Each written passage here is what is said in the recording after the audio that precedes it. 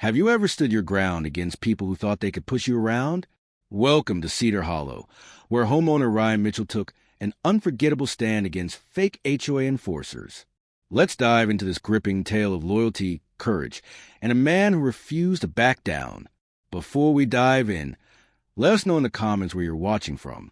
The sound of tires crunching against gravel sent a ripple of tension through the air. Ryan Mitchell sat on his porch, his boots kicked up on an old wooden crate, sipping coffee that had gone cold hours ago. He didn't move, didn't blink. His pit bulls, lounging in the shade, lifted their heads in unison, their eyes locking onto the intruders like well-trained snipers. The front gate swung open, and 3 men in cheap navy blue uniforms strutted up the driveway like they owned the place. Their clipboard and fake badges might have fooled some poor old retiree down the street, but Ryan had seen real authority before. These guys were playing dress-up. The tallest one, a pasty-faced man with a gut that said he enjoyed HOA meetings more than gym memberships, cleared his throat. "Sir, this property is in violation of several HOA regulations. You have 48 hours to vacate before we begin legal proceedings." His voice carried the manufactured confidence of a scammer who had never been punched in the face before. Ryan took a slow sip of his coffee, his eyes never leaving them. "That's so."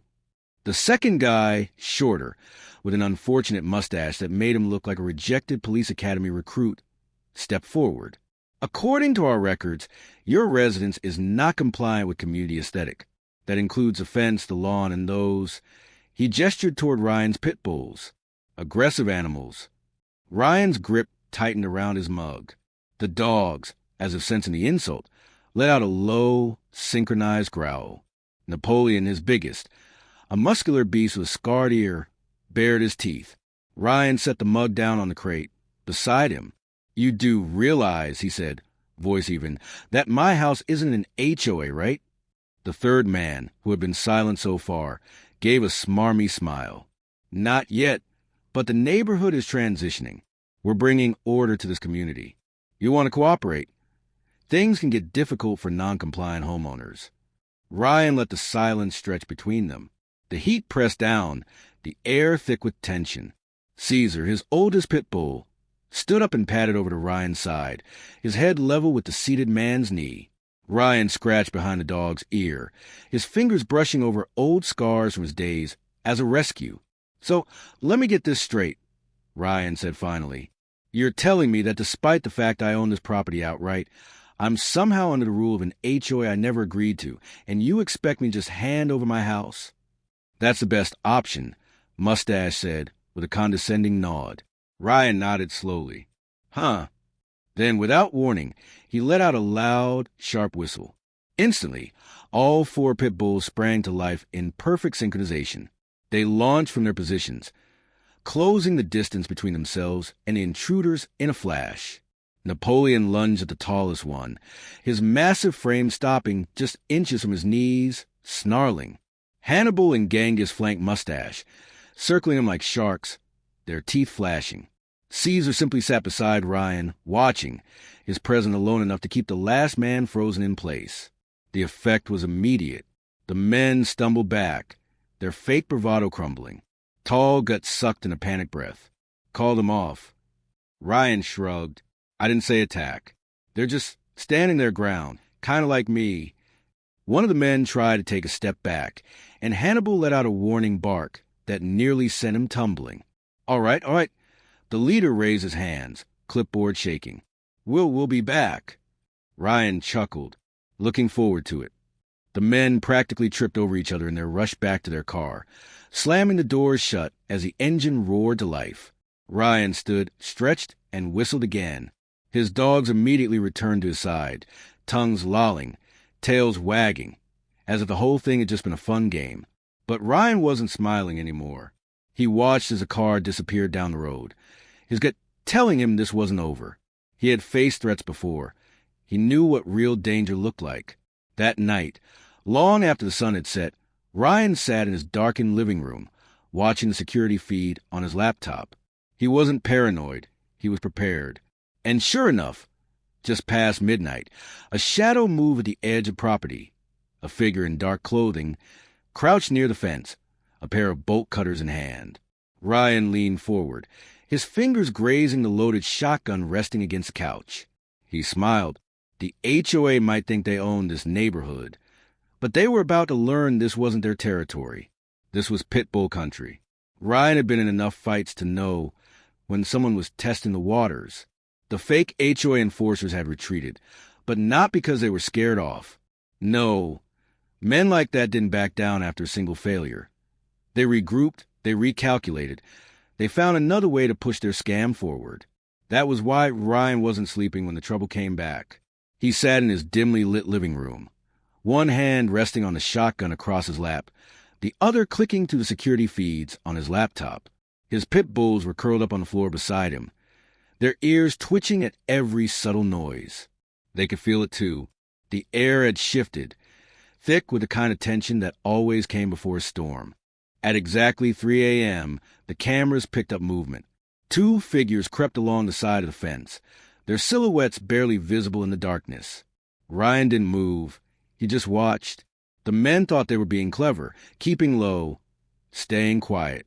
They didn't realize the ground they were walking on was already a battlefield. One of them pulled out a pair of bolt cutters, lining up the blades against a chain-link fence. Ryan exhaled slowly. Amateurs. They didn't even know what they were about to step into. Before the bolt cutters could make their first squeeze, the motion lights in the yard snapped on, bathing the intruders in an unforgiving white glow. They flinched, momentarily blinded, and that was all the time Ryan needed. He let out a sharp whistle. The dogs were already moving before the sound had fully left his lips. Napoleon was the first to reach the fence, his deep guttural bark cutting through the silence like a gunshot. The man with the bolt cutters jumped so hard he nearly dropped them. Hannibal and Genghis followed, snarling, their paws pounding against the dirt. The second intruder tried to run, but his foot caught on something unseen, sending him sprawling face first into the ground. Ryan stepped outside, the shotgun resting casually in the crook of his arm. "You boys lost." The first guy tried to play tough, straightening his spine as he lifted the bolt cutters. "You got no right keeping us from HOA property." Ryan tilted his head, amused. "HOA property, huh? Pretty sure this fence is mine, just like the land, just like everything else you're standing on." The second man, still on the ground, was wheezing, struggling to push himself up. That was when Ryan noticed what had tripped him. A long, thick garden hose carefully positioned in the grass.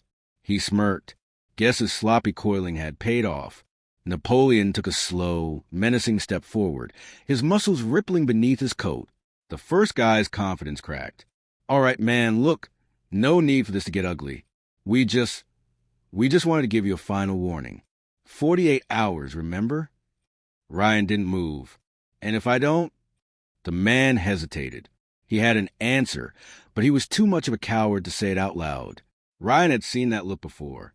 It was the look of someone who knew they had power, as long as no one called their bluff. Ryan had spent his life around men like that, in war zones and boardrooms alike. They puffed up their chests. They threw out threats. But the moment you pushed back, they withered. Ryan stepped forward, his boots crunching against the gravel. The intruder took an involuntary step back. Napoleon barked once, sharp and commanding, and the guy flinched so hard it was embarrassing. Ryan sighed. "Let me explain something to you. I don't run. I don't negotiate with clowns playing dress-up, and I sure as hell don't scare easy. If you're going to come after me, you'd better come harder than this." The guy swallowed, glanced at his partner still struggling on the ground, and then made the smart choice. He turned and ran. The other man scrambled after him, tripped once more before finally making it over the fence. Ryan watched them go, shaking his head. He looked down at his dogs, who were still alert, waiting for his command. "That was pathetic," he muttered. Napoleon wagged his tail. Hannibal sneezed. Ryan turned back toward the house, but the moment he stepped onto the porch, a thought hit him. These guys weren't just making empty threats. They had a reason for targeting him. No scam artist put in this much effort unless there was real money on the table. And that meant one thing. This wasn't just about his house. It was about a bigger operation. He walked inside, pulled up his laptop, and started digging. The fake HOA had to be leaving a paper trail somewhere, and sure enough, After half an hour of searching, he found it. The group had been running a scam in different neighborhoods for months. They would forge HOA documents, send fake legal notices, and trick homeowners into thinking they were legally obligated to leave. Once the properties were empty, they sold them to developers for a profit. It was a classic con, and it had worked on plenty of people. But Ryan wasn't just another victim. He leaned back in his chair, running a hand through his hair. They were coming back. He could feel it. This wasn't just some random attempt to scare him. They had a plan, and they thought he was just another clueless homeowner who would fold under pressure. That was their biggest mistake. Ryan cracked his knuckles and smiled. They weren't ready for what was coming next. Ryan knew they'd be back. He didn't know when, but he knew it wouldn't be long. The scam only worked if they kept the pressure on, kept the intimidation rolling until the target either gave up or cracked. But Ryan Mitchell wasn't built for breaking. He'd spent too much time in places where real threats existed, where the dangers weren't middle-aged men in polo shirts pretending to be law enforcement. These guys thought they were predators. They didn't realize they had wandered into a den of wolves. He spent the next day making sure everything was ready. He reinforced the locks, checked the security cameras, and walked the perimeter with his dogs. Napoleon, Hannibal, Caesar, and Genghis moved in formation beside him, sniffing the air, picking up scents Ryan couldn't detect. They knew something was coming too. They could sense it the way animals always did, a primal instinct that had kept their kind alive for thousands of years. By nightfall, Ryan was back on his porch, shotgun resting across his lap, sipping on a fresh cup of coffee. He wasn't tired. Years of training had taught him how to function on little to no sleep. His body was at rest, but his mind was sharp, scanning the darkness, waiting for the inevitable. Then, just past midnight, the first SUV rolled up. Ryan didn't move, didn't react. He simply watched as the vehicle came to a slow stop at the end of his driveway. The engine idled for a moment. Then 2 more SUVs pulled up behind it. This wasn't some half-baked scare tactic anymore. This was an operation. The doors opened and 5 men stepped out. This time, they weren't wearing fake uniforms. They were in dark clothing, the kind that blended into the night. One of them had a crowbar in hand. Another had a thick duffel bag slung over his shoulder. Ryan could guess what was inside. Probably tools to cut through his locks, maybe even weapons in case things got rough. He let them make the first move. They approached the house cautiously, spreading out like they'd done this before. Ryan stayed where he was, calm, watching. Then, as one of them reached the front porch steps, he whistled. The reaction was immediate. Napoleon burst from the darkness, a blur of muscle and teeth. The man with the crowbar barely had time to register what was happening before the dog crashed into him, knocking him flat on his back. He screamed, trying to shove the pit bull off, but Napoleon wasn't letting up. He snapped his jaws just inches from the man's face, making it very clear he could end this whenever he wanted. The others hesitated, startled by the sudden attack. Then, from the side yard, Hannibal and Genghis came charging in. Panic broke out. One of the men spun to run, only to trip over a loose stone in the driveway, his arms flailing as he crashed to the ground. Hannibal was on him in an instant, pinning him down with one massive paw. Another guy made the mistake of reaching for his bag, probably thinking he could grab something useful from it. Ryan didn't give him the chance. He stood up slowly, raising the shotgun just enough for them to see. "Go ahead," he said calmly. "Try it." The man froze, eyes darting between Ryan and the barrel of the gun. The one guy who hadn't been taken down yet, probably the leader, lifted his hands, palms out. "All right, let's all take a breath here," he stammered. Ryan exhaled sharply through his nose.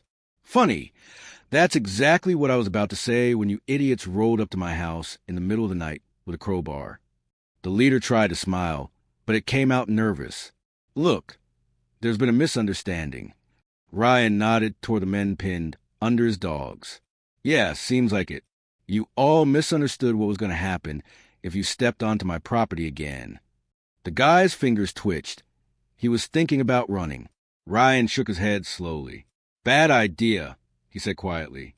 Then, just to drive the point home, Caesar stepped out from the shadows, his deep growl vibrating through the air. He was the calmest of the pack, the one who didn't waste energy barking or lunging. He didn't need to. Caesar was the executioner. The leader's face went pale. Okay, just let them go. We'll leave. Ryan tilted his head, considering. Then, from down the road, the sound of sirens filled the air. The leader's eyes widened in sudden panic as he turned back to Ryan. You called the cops? Ryan smirked, his voice smooth with satisfaction. You think I'd go through all this trouble and not? The man cursed under his breath, but he knew it was over. The flashing blue and red lights cast long shadows across the yard as the police car screeched to a stop. Officers jumped out, guns raised, shouting commands. Ryan didn't move. He just stood there, watching as the men who had been terrorizing homeowners for months were forced to the ground, handcuffed, and dragged away. One of the officers, a guy Ryan knew from town, walked up to him, shaking his head in amused disbelief. You really couldn't just call us first? Ryan shrugged lightly. Had to make sure they got the proper welcome. The cop glanced at the pit bulls, who were now all sitting obediently, their tongues hanging out as if they hadn't just taken down a gang of home-invading scammers. You trained them yourself? The officer asked, genuine admiration in his voice. Ryan nodded quietly. The cop let out a low whistle, impressed. Damn, maybe you should start a business. Ryan smirked lightly, his eyes softening with pride as he glanced down at his loyal companions. Maybe. By the time the last of the fake HOA goons had been loaded into the police cars, the adrenaline was wearing off. Ryan scratched gently behind Napoleon's ears, feeling the familiar weight of his pack beside him. They had done their job, and they'd done it well. As the police cars pulled away, Ryan reached down and grabbed his coffee from the porch. It had gone cold again, but he took a sip anyway, savoring the bitter taste as he took in the peace now settling over Cedar Hollow. He turned to his dogs, shaking his head gently with a faint smile. Boys, they just don't learn, do they? Napoleon gave a gentle huff. Hannibal wagged his tail lazily, and Genghis rolled onto his back, already over it. Ryan sighed contentedly, gazing out into the quiet night. For the first time in days, he felt at ease. Maybe now, finally, he'd get some sleep. Ryan settled back into his porch chair, feeling the weight lift from his shoulders as the night's events faded into memory. The silence was comforting now. Not tense or foreboding, just peaceful. He watched his dogs relax around him, their eyes growing heavy as sleep began to claim them. They'd earned their rest. They'd stood by him unwaveringly through it all. As he looked out across his land, he felt deep pride, not just in holding his ground, but in knowing he protected something precious. It wasn't just property. It was home, family, loyalty. It was everything worth fighting for. And so, the tale of Ryan Mitchell and his loyal companions comes to a close. In the quiet, peaceful night at Cedar Hollow, Ryan learned something valuable. Sometimes the greatest strength isn't in how loudly you can shout, but in how firmly you can stand your ground. Remember, when life challenges you, loyalty, courage, and preparation can make all the difference. Until next time, stay vigilant, protect what matters, and never back down from a fight worth fighting.